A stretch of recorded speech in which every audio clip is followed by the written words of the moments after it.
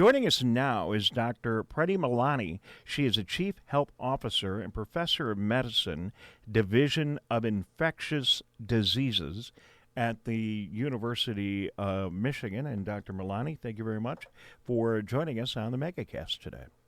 Thank you for having me. How do you get all that on a business card? Well, you have a couple different business cards. Okay.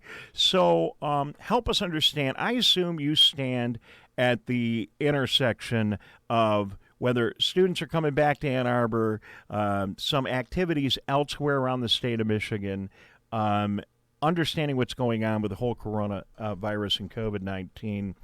And I assume that you are working in particular on what the fall in Ann Arbor is going to look like. Am I on target there? Yeah, Dave, you are on target, and I'm one of probably 50 people who's very deep into this. There's not one particular person who is thinking about the fall. There are a number of different groups: the education aspects, the housing, dining, just everything from testing to taking care of students. And as you know, University of Michigan hasn't made a formal announcement about the fall, but it is expected that in the coming weeks, the president and other leaders will come to a decision and make that announcement. But they have done a number of town halls and expressed optimism about the fall. Well, and I hope you don't mind me saying, because I'm all maize and blue, but I hope you don't mind me, sorry, Tyler, I hope you don't mind me saying that, but you're basically the only university in the state of Michigan that's not proclaimed a plan. And I understand you're obviously doing all this in a quote-unquote abundance of caution. Yeah, well, I think, and again, my impression, not just from the state of Michigan, but from the Big Ten more broadly, in talking to colleagues, is some of them have come forth and made an announcement saying we're going to be back in the fall, but the details have not necessarily been worked out for everyone. And we're working from the standpoint of getting those details in order and making sure it's feasible and safe. I mean, the health and safety are leading all the discussions, and then just trying to figure it out, because you're really designing a campus for something opposite of what it's designed for. Well, Dr. Malani, absolutely. What are the big considerations as you try to open up the campus in the fall? Well, the biggest thing is making sure that just as a community, as a nation, as a state, that we're in a good place in terms of viral transmission. And, we're hopeful that we will be there as our state opens up. And then again, our students come from all over the world and all over the country. So thinking about just the arrival to campus and what that might look like. Is there a quarantine? Is there a testing procedure? And, some of this is, there are different scenarios to think about. But then once you are on a campus, campuses tend to be porous. They're not like a closed campus where no one else is coming or going, but thinking about how do you maintain social distancing? Because there are some places where the density is pretty high, thinking about classrooms and residence halls and some type of classwork in studios and performance. You can't socially distance. So what can you do to improve safety? And then, of course, social gatherings and all the things that make it fun to be at college. Like those are, in this scenario, more difficult to move forward. So thinking about everything from how do you get from point A to point B to, what does a residence hall look like? What does a classroom look like? And again, it's not just our students.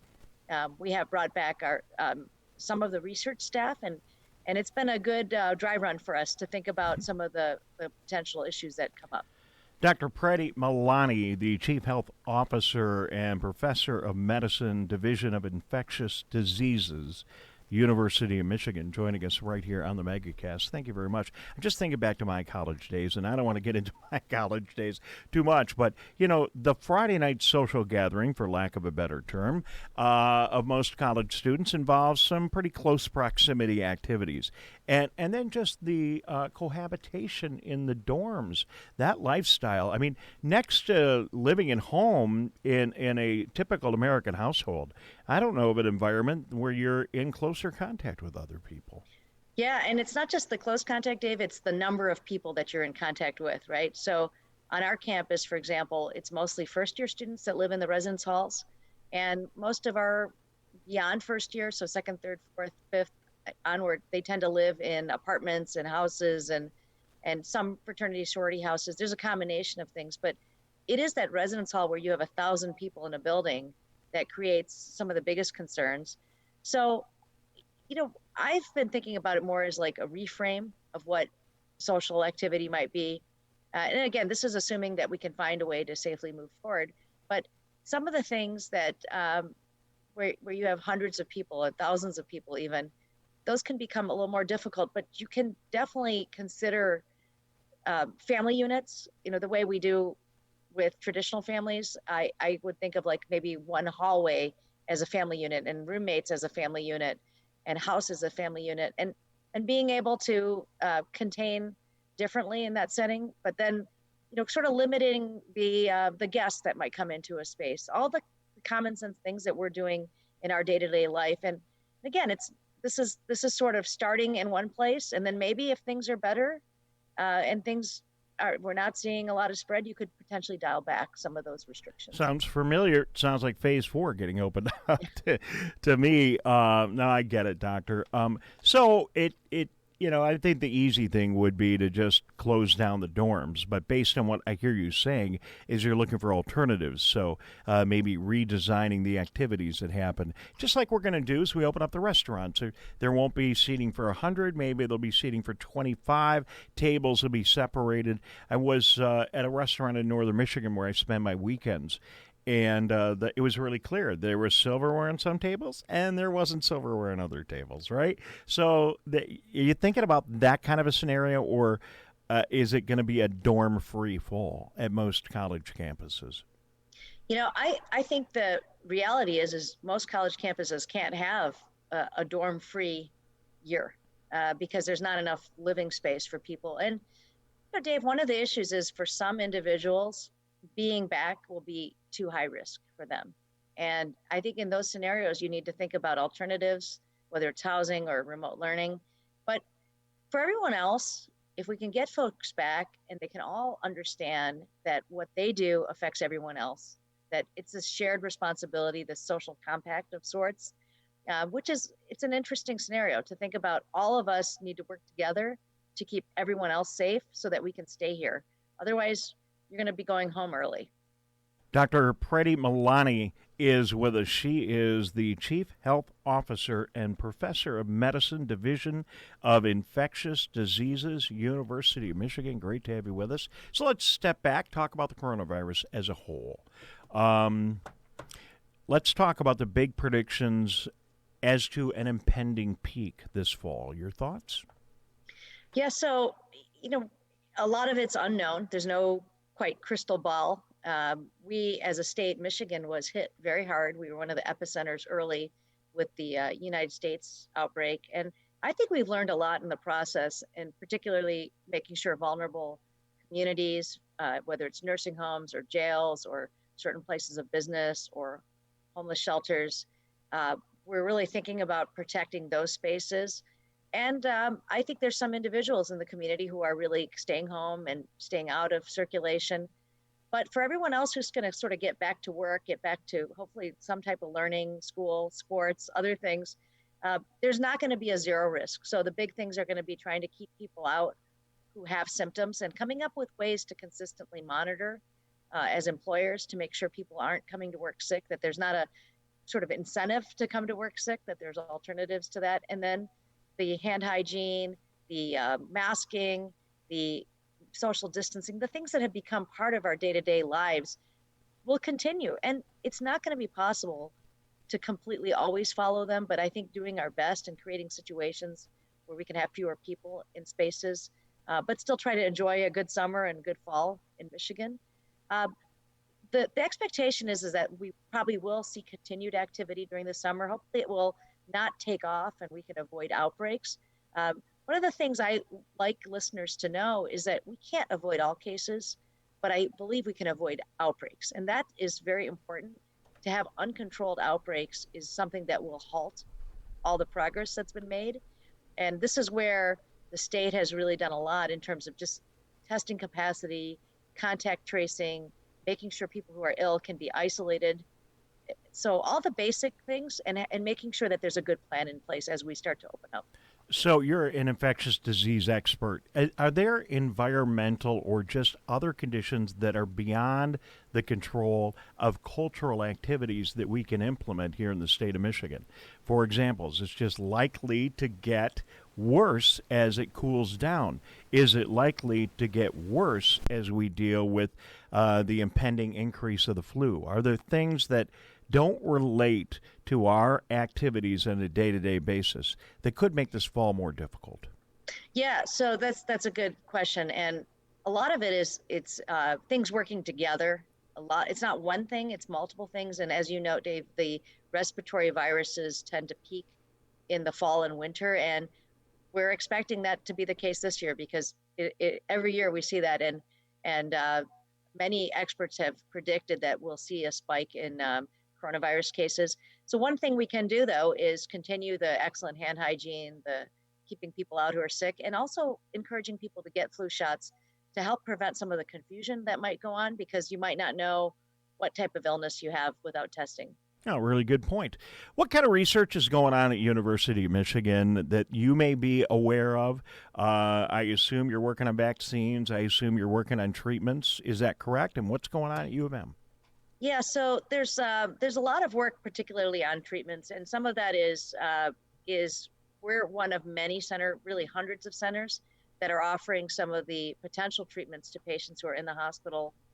So there's a group of my colleagues who are doing a lot of work to try to enroll as many people as possible in some of the clinical trials, both with remdesivir, which people heard a lot about, and that's available a little more freely now, but not to everybody.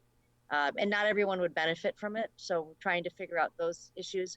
We're also looking at a few other drugs and then convalescent plasma. So the idea that plasma from people who have had illness and recovered, and like when would you use it? How does it work? So we're part of one of many centers across the country looking at these different interventions. The vaccine work so far has not come here, to my knowledge. I mean, again, there are people who work on certain aspects of this, but there are about 10 or so vaccines that are pretty far along in development. And the NIH is helping coordinate some of that to really see the next step of studies, and we may end up being part of that. With regard to the plasma and regard to antibodies, a lot of people are getting antibody testing. We understand that the first round of antibody testing may not have been as accurate as the tests that are out now. At least that's what we're seeing in reports in the media. But friends of mine, just from street level, friends of mine who have gone in and received the antibody test, they come out this, oh, darn, I don't have the antibodies, because they think it's going to give you some amazing shield. Do we have any information about the benefit of antibodies and the benefit of these plasma treatments, or are we just experimenting and learning as we go? So I think it's a little of both. So I think the easier piece to address is the plasma treatments, and at this point, there's not comparison data available, but that is coming, and there's some good safety data that's come out of the group at Mayo Clinic now with 5,000 patients, and it appears that the safety profile looks pretty good. And again, the use of the donor plasma has been in patients who have severe or life-threatening illness. That's been so far the case, but there's an interest in looking at it as a way to prevent illness and maybe also in milder illness. So that's one issue. The second question you asked is about the antibody testing, which is, again, a little bit of a separate concern. And it is, I would say right now, a little bit confusing and unknown. What is the role of serology testing? And again, this, in theory, if the test works well, it could suggest that you have had illness in the past or recently. It does not necessarily indicate that people are immune. And some of this is just unknown. And one of the cautions is don't assume that a positive test means that you can go out and do anything you want, because that is not the case. We're going to know more in the coming weeks and coming months, and hopefully we'll find a good way to use serology to both understand like what's been happening in our community, but also understand the meaning of the results. Dr. Preeti Malani, Chief Health Officer, Professor of Medicine, Division of Infectious Diseases at the University of Michigan. I can only ask you what I have been exposed to through the media, that I would suggest is not operating at its best in this current environment. What don't we know? What should we know? Are the things that you know that I don't even know to ask that you might want to share with folks? Boy, that's so I think one is they're kind of a couple extremes. It feels like some people who treat this as like no big deal and I don't really need to worry about it. And I would caution those individuals that be careful, because everything we do affects everyone else around us, even if we don't perceive ourselves to be at risk of severe infection. This is not something that you want to get, even if you're young and healthy. You could be sick for quite a while and you can spread it to people. So be careful, because all of us depend on all of our behavior. The other piece is I think there's also a group of individuals who are so concerned that they're not even leaving their home. And I think that's also a concern. People should get out. They should enjoy the beautiful weather in Michigan, get some exercise, be careful, avoid crowds, avoid being really in close contact with folks, but try to do what you can safely, because in the end, we can decrease risk. We can't fully eliminate it. And frankly, being home and never leaving and never seeing anyone is also a high risk for your health. Yeah, it is. And just a high risk for just your head. And if you're not feeling good emotionally, that can roll over to the physical. There's no question about that. So, Dr. Malani, I really appreciate it. Great. Thank you so much for your time. We'd like to keep in touch with you. Great input. And just the other thing I just want to suggest to folks, and you can comment on it if you want. We have a little window now where the hospitals are not overwhelmed. And if you have any other health issues, now is a really good time to address it. Like me, I'm trying to lose some weight this summer because I figure if I were to get COVID-19, I might do a little bit better if I'm in a little bit better physical health. If you have some other conditions going on and you couldn't get into the hospital or your doctor last month, the month before, maybe now's a good time to do it. So I just think that in addition to the mask, washing your hands, keeping your social distancing, maybe just a really good time just to think about, any other health issues that you have. What do you think? Yeah, I agree with that. And I think we talk about the second wave of coronavirus. To me, the second wave of coronavirus is going to be patients that have not gotten the care that they need the last couple of months. And, some of that was out of necessity. Some of that was out of fear. The virtual visits are not quite the same. And so I know at Michigan Medicine, we put a lot of thought into this, and across the state, across the nation, health systems are trying to figure out how to safely get folks in. There's been a lot of thought in that. It is safe to go get care.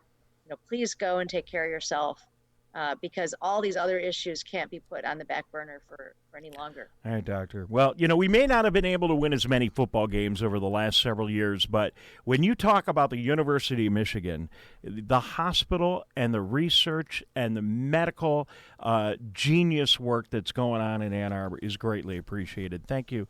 And I'm not surprised that this is a great interview. Thank you for your time today. We really appreciate it. Thank you.